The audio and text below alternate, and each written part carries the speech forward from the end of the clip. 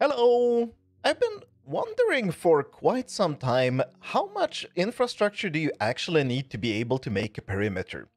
And I've always had this idea that someday I will make a perimeter speedrun to just start a new world and do it as fast as possible.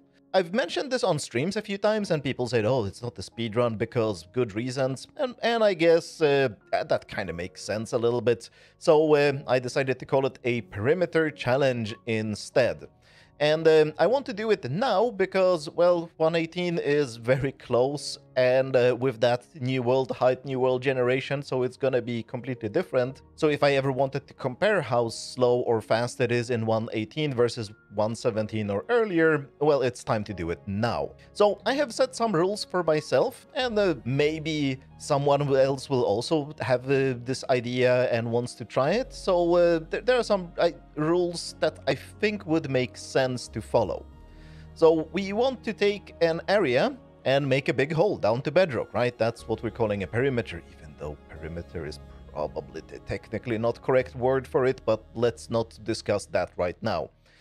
We want to make a big hole. How big should the hole be? Well, I decided that it's at least 272 by 272. That is the diameter of the spawn sphere plus one chunk in the middle, so you have some space to move so that you're not confined to exactly one spot. So one chunk in the middle plus the spawn diameter. We, of course, want the floor to be completely flat, because otherwise I just think like jagged bedrock floors are stupidly ugly. And besides, there's always some stone or obsidian stuck between the bedrocks at the bottom, and that means that you will have spawnable, single spawnable spaces somewhere that maybe a zombie can spawn in, and we don't want that. And speaking of that, we want the whole thing to be spawn-proof. Of course, that's why we're making big holes in the ground, and that means that when you're standing in the extra middle chunk anywhere in it, there should be no mobs spawning anywhere. And of course, we don't want any lava or water left above the floor because that's just ugly. That's it.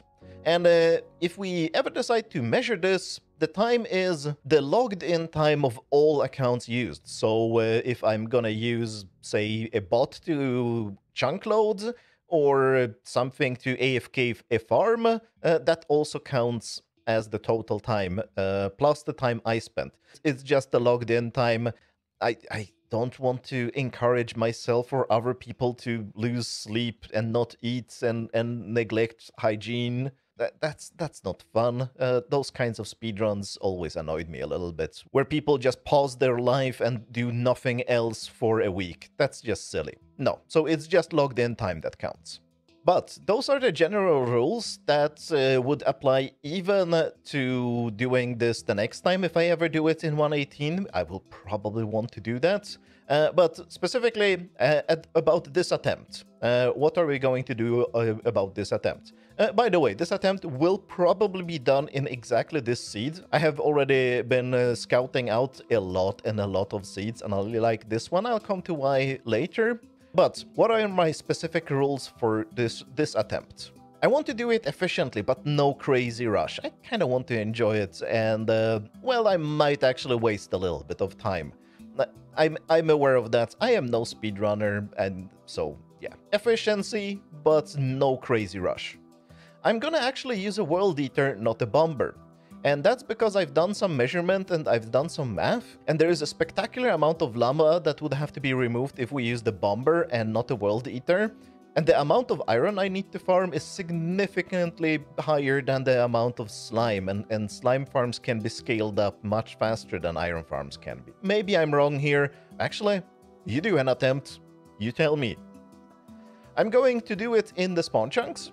If we look here, the area here is just perfectly flat and good. This is what took me so long to hunt. You can't even believe how many seeds have a little bit of too many mountains or other annoying stuff in the spawn chunks. Or the lava below is very, very bad. The lava down here isn't great, but we can manage. So I'm gonna use the spawn chunks because I don't want any chunk loading bots.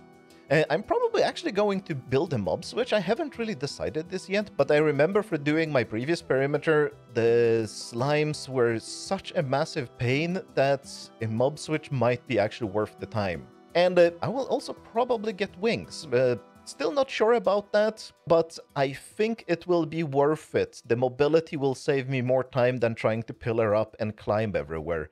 But it might actually take too much time to get wings. I will actually test this seed to see what happens if I kill the dragon and how far the nearest end city is. Yes, I am scouting out these things. That is fine. This is not a random seed. This is a specifically carefully picked seed. So I already know where things are here and where I'm gonna set up, where I'm gonna put the iron farm, where I'm gonna dig the slime farm. By the way, there is a quad slime chunk just over there next to the dark forest. But there are a few things I still haven't resolved, like I don't know how I'm gonna get XP, do I need enchants? How do I get fire resistance? Stuff like that. That I might actually just improvise on the fly, we'll see.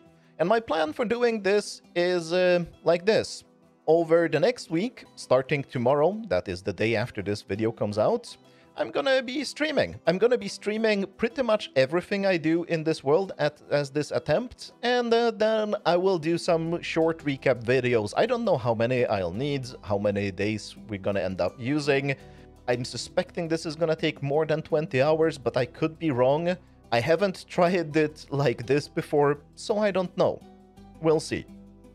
But you can catch the streams on twitch.tv/borkon_live. It will be more or less afternoons and evenings and nights and Central European time, but I could do 1 or 2 mornings as well. We'll see. Come to Discord and chat if you want to have more details or the announcements when the streams are coming out.